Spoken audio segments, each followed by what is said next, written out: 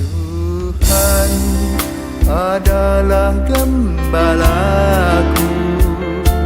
takkan kekurangan aku. Ia membaringkan aku di padang berumput hijau. Saudara-saudara yang terkasih di dalam Kristus, selamat pagi. Salam jumpa lagi dalam Sabda Siap Saji. Jumat 3 November 2023, hari biasa, pekan biasa ke-30. Marilah kita berdoa dalam nama Bapa dan Putra dan Roh Kudus. Amin. Amin. Allah Bapa yang Maha Agung, Engkau datang berkunjung untuk menyembuhkan kami dari kesombongan, kelalaian dan dosa-dosa kami melalui Yesus Kristus, Putra-Mu terkasih. Semoga berkat teladan kasih-Nya kami Kau mampukan untuk berkurban bagi sesama kami, terutama yang kecil, lemah, miskin, tersingkir dan difabel. Sebab Dialah Tuhan pengantara kami yang bersama dengan Dikau dalam persatuan Roh Kudus, hidup dan berkuasa Allah sepanjang segala masa. Amin. Tuhan bersamamu Dan bersama rohmu. Inilah Injil Yesus Kristus menurut Lukas. Dimuliakanlah Tuhan. Lukas bab 14 ayat 1 sampai 6. Pada suatu hari Sabat, Yesus datang ke rumah salah seorang pemimpin orang Farisi untuk makan di situ. Semua orang yang hadir mengamat-amati dia dengan seksama. Tiba-tiba datanglah seorang yang sakit busung air dan berdiri di hadapan Yesus. Lalu Yesus bertanya kepada para ahli Taurat dan orang-orang Farisi, bolehkah menyembuhkan orang pada hari Sabat atau tidak? Tetapi mereka semua diam saja. Lalu Yesus memegang tangan si sakit itu dan menyembuhkannya serta menyuruhnya pergi. Kemudian Ia berkata kepada mereka, siapakah di antara kalian yang anak atau lembunya terperosok ke dalam sumur tidak segera menariknya keluar meski pada hari Sabat? Mereka tidak sanggup membantahnya. Demikianlah sabda Tuhan. Terpujilah Kristus. Baik, terima kasih Romo. Selamat pagi Romo. Pagi Leon. Nah Romo, saya mau bertanya nih Romo. Kenapa sih Romo orang-orang Farisi tuh kalau misalnya selalu diceritakan tuh mereka tuh sangat taat sekali sama hukum Taurat. Padahal yang sebenarnya hukum Taurat itu tuh mengikat mereka Romo. Ya. Selamat pagi Leon, para pirsawan. Pagi. Hari ini adalah hari Jumat pertama, Jumper ya, di bulan November. Nah, apa yang dibahas dalam kitab suci itu sebetulnya menggambarkan ya, bahwa iman itu menyatu dengan kehidupan sehari-hari. Tidak ada bedanya antara iman dan ilmu pengetahuan. Jadi satu. Kenapa? Karena memang hukum Taurat membuatnya begitu. Contoh saja.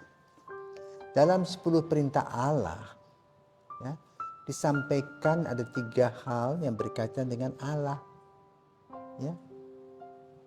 Jangan menyembah berhala kan? Sembahlah hanya satu Tuhan saja. Itu 3 poin.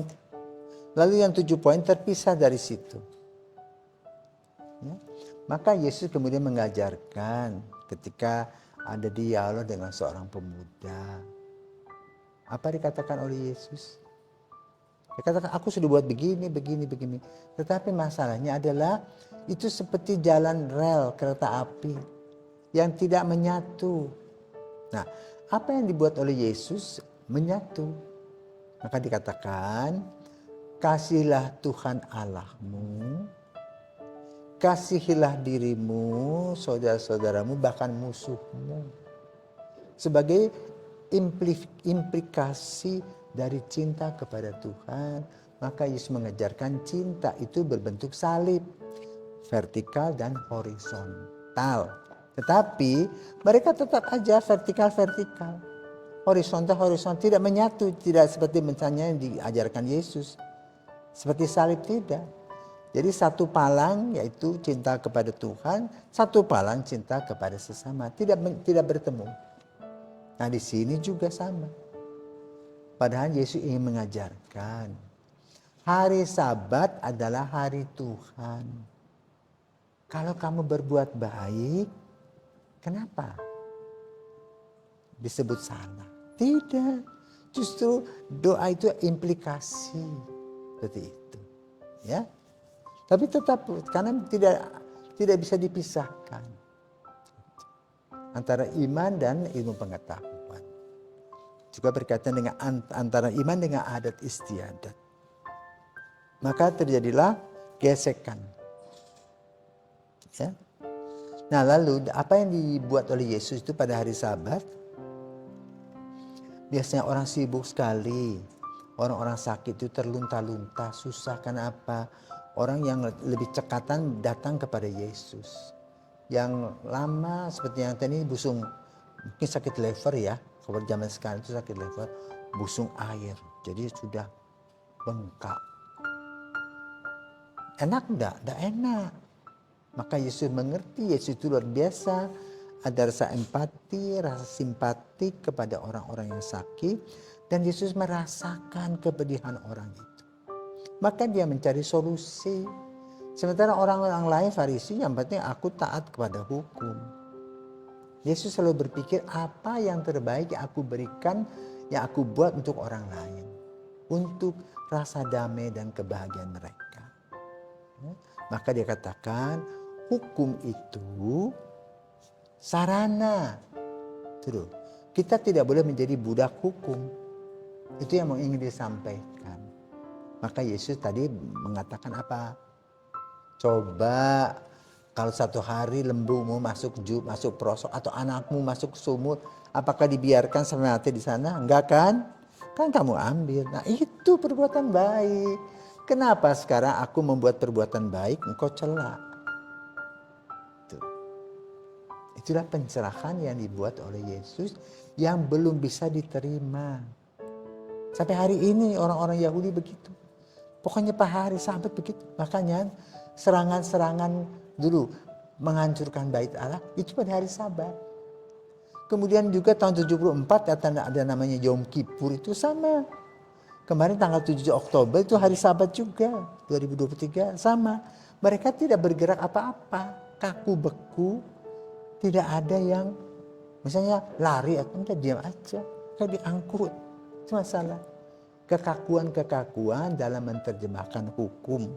Karena Yesus sebetulnya sudah mengajarkan kebijakan-kebijakan pastoralnya. Bahwa hukum itu legitim kalau hukum itu betul-betul dinikmati oleh orang-orang lain. Bukan hanya kaku beku saja, misalnya contoh lampu merah. Ya. Lampu merah. Itu kan lampu merah artinya semua orang stop. Polisi atau foto, ya, polisi foto itu tidak menjepret ketika orang tertib. Dia akan jepret ketika lampu itu merah. Tetapi ketika ambulans lewat, dia juga jepret fotonya, kameranya. Tetapi tidak jadi soal. Kenapa?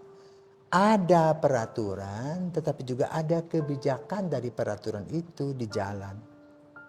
Ya, seperti itu. Juga misalnya kita puasa. Puasa, orang sakit tidak perlu puasa. Ya, sikonnya bagaimana? Nah ini fleksibilitas dalam ilmu hukum. Dan itulah yang ingin ditanamkan Yesus, fleksibilitas hukum itu dalam kehidupan kita sehari-hari. Maka kita harus menjadi orang yang bijaksana dalam melaksanakan hukum cinta kasih. Dan kita biasanya lebih pintar. Kenapa? Yesus mengatakan, ayo buat. Nah lalu setelah kita buat, kita mengadakan evaluasi. Ya. Dan itu yang akhirnya dibuat oleh gereja. hukum, dan pastoral. Seperti itu. Sehingga semuanya bisa mengalami win-win solution. Bukan pertentangan seperti yang dialami oleh Yesus yang diuraikan oleh Lukas pada pagi hari ini. Semoga kita paham, ya, dan kita bersyukur kepada Gereja Katolik yang fleksibel melihat semuanya itu dengan kacamata cinta kasih di dalam Yesus. Selamat berjuang, selamat bekerja, selamat melaksanakan cinta kasih, selamat mengimplikasikan cinta kasih dalam kehidupan nyata sehari-hari.